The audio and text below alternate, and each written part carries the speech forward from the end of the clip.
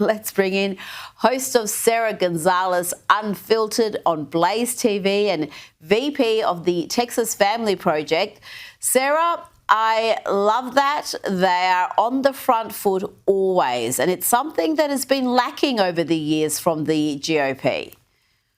Yeah, I totally agree, Rita. Thank you for having me on. I completely agree that this Trump administration 2.0 will be one for the history books, the optics, the PR, not just from the White House, but from all of these different government agencies, all of these different departments. They seem to understand what time it is. They seem to understand that the mainstream media in this country has lost its footing. They have lost their stronghold on the American people. And if we can get this in front of the American people on social media, we can get way more traction than on a CNN or an MSNBC. And that is exactly what the Trump administration is doing. I personally love it. It's one of my favorite things to log on to social media and see the Trump administration, see the White House accounts fighting back, because the fact of the matter is the American people are with them. We all agree these people should not be in our country. We don't care one bit about what some singer is upset about with regard to her song. All we care about is that the deportations are happening and that they are happening at an accelerated rate, and liberals can cry harder about it.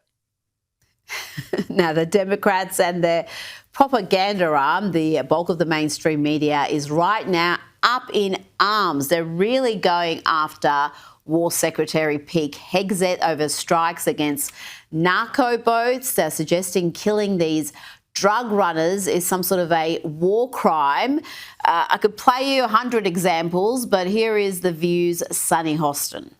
I can't speak to the law of it. I don't know, I'm not a geopolitical expert, but in terms of the law of it, you're right, Sarah. That is why those Army vets explained do not follow, you do not have to follow illegal orders. You know why? Because if this is deemed to have been war crimes, which by all accounts right now, there are 7 sources that said Pete Hegseth did say kill them all, even after there were 2 survivors, which you're supposed to do under international law. You are supposed to take those fighters as war criminals, prisoners of war, and you're supposed to give them refuge, and you're supposed to take care of them, and then you are supposed to put them into a court of law. I do love how she says she can't speak to the law of it and then says in terms of the law of it, all within the first 5 seconds of that rant. But Sarah, tell me about this issue and the Democrats and the media siding with the drug cartels and narco boats that are bringing deadly drugs into America that are killing thousands.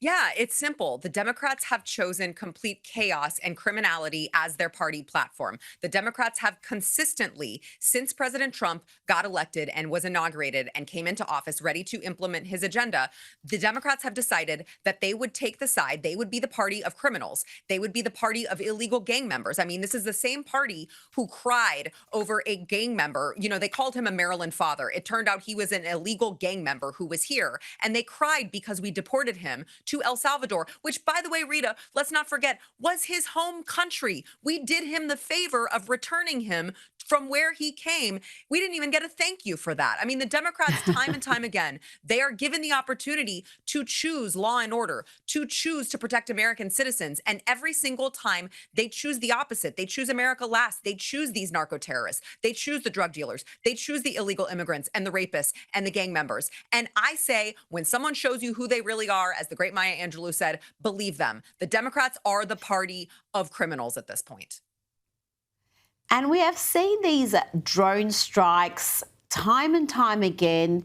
I'm not saying this one actually got the wrong target, but certainly there have been many in recent years under the Obama administration, under the Biden administration, where they did kill the wrong targets after that catastrophic botched withdrawal out of Afghanistan. They targeted, I think it was 10 innocent Afghanis that they killed, including a number of children. And afterwards, they said, yeah, we got that wrong. There was no accountability. There were no sackings. There was no reckoning for that horrible human rights violation. And now they're wanting people to be feeling sorry for these drug runners. I mean, it seems incredible because that was only just a few years ago. They must think the whole country has got selective amnesia. Yeah, no, you're exactly right, Rita. And I would say this, I would take it a step further. It is such a slap in the face. It is so offensive to the millions of American families who have had to deal with burying their loved ones because of these drugs that are being run into our country. I mean, think about these people, these narco terrorists.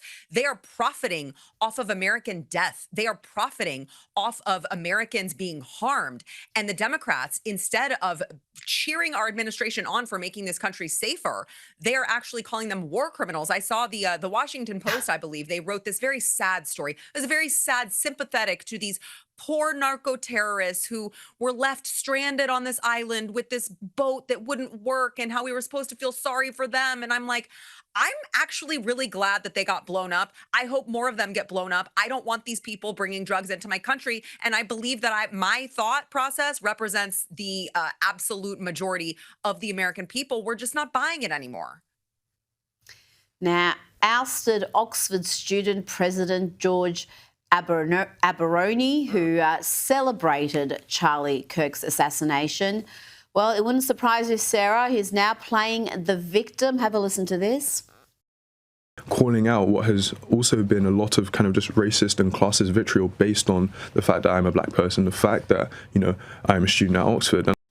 Sarah, he celebrated the shooting of Charlie Kirk, who he had hosted for a debate. He had stood face to face with this man, and yet he had that absolutely disgusting reaction. And listen here as he tries to justify that reaction. Mr. Kirk's comments don't exist in a vacuum, He is an incredibly kind of polarizing figure, and I think it's almost a symptom of him, and my reaction a symptom of kind of how we have discourse online, in which, it's oftentimes very reactive. It's oftentimes about saying something almost inflammatory, almost because I wanted to say spark a conversation about kind of what happened. Oh, geez. There you go, Sarah. He's just trying to spark conversation. Sure. Yes. Just trying to spark conversation. Rita, I mentioned earlier that the Democrats are the party of criminals. They also are, of course, the party of political violence. And they also are, of course, the party of being oppressed. It's an oppression Olympics with them. Who is the most oppressed? I mean, obviously, these people are cheering on political violence because that is what they embrace. That is what they love. That is what they want, because the ends justifies the means. And then they do this cute little thing where they pretend later on that I was just pretending, or I was just joking, or I didn't actually mean it, or I was just trying to spark a conversation. I mean, these are bottom of the barrel people. And the fact of the matter is, this is, don't forget, the same party who wants to cancel Republicans for saying things 20 years ago, right? They have to go back 20, 30 years when someone is 15 years old because they said a mean word, they said a bad word, they said a naughty word, and they try to ruin your lives over it. And now they want to cry foul over the fact that this guy was celebrating political violence and had real life consequences to it. This is consequence culture now, and they're going to reap what they sow on this. And I say more of this because they deserve it. And the left is the same wherever you look, whether it's the Democrats in the US, whether it's the Labor or the Greens in the UK, or our own left-wing activists here in Australia. They're all cut from the same cloth, and it's the same issues, the same excuses, the same rationalisations. Now, I want to ask you about Thomas Crook. We had in the past couple of weeks new data on this man who came a few millimetres from changing the history of the world. He came a few millimetres away from assassinating President Trump in Butler, Pennsylvania. We saw his online footprint for the first time a couple of weeks ago, the way he was radicalised, his far-left political views. And yet the Media Research Centre report that not a single one of the nearly 1,000 stories pushed by big tech news giants, Google News, MSN News, Yahoo News, AOL and Apple News, covered this story, covered the New York Post bombshell expose, revealing also how the FBI botched the Crooks probe. I just can't understand this. As we discussed on this program then, FBI Chief Christopher Wray testified to Congress that Crooks had little presence on social media and that he didn't really reveal a political motivation. We know that's false, Sarah. Why are so many media outlets reluctant to cover this extraordinary development in this extraordinary story? Yeah, Rita, it's because it's the same thing that they always do, but on a much larger scale. It's the same thing that these mainstream media outlets do. When something that happens, a shooting, a murder, something that happens in this country that is very violent and very terrible, when it doesn't fit their motivations and their political ideology, when it doesn't fit what the mainstream media wants to happen, when it's a black man who is, of course, committing violence against a white woman, when it doesn't fit their ideology, they just magically poof, forget about it. It's like it never existed. The problem here, Rita, I have more of a problem with our FBI not giving us the transparency that we are so owed in this particular case, especially under Trump 2.0. We need answers. I want to know why Christopher Wray and his associates went to Congress and testified and told Congress that this man not only had a very small digital footprint, but also had one in which he espoused Republican ideologies. Now we know Yes. the rest of the story, which is, of course, Rita, when you go through it, he was a Republican. He was a Trump guy until all of a sudden, Rita, mysteriously in 2020, he was espousing the exact opposite rhetoric. He was espousing very violent rhetoric against President Trump and other Republicans and political leaders. Why was that? What happened in that COVID era to radicalize Thomas Crooks? We need answers to this, and the mainstream media is not going to search for them. So we really need independent journalists. I've been covering it on The Blaze, people like Miranda Devine over at the New York Post. We need to be digging for these answers, and we need to not let up, because we really need to understand why this happened, how this came to be, and who all was behind it. Absolutely. How he was radicalized, and that online footprint for that last 4 years of his life was significant. It wasn't just one or two posts. This guy was radicalized. He became a hard left activist after, as you said, initially being pro-Trump back 4 or 5 years earlier. So this is something that certainly needs further investigation. Now, I want to ask you about the president's health and mental acuity. This has come under scrutiny. The New York Times is very concerned about President Trump's health. They're saying shorter days, signs of fatigue.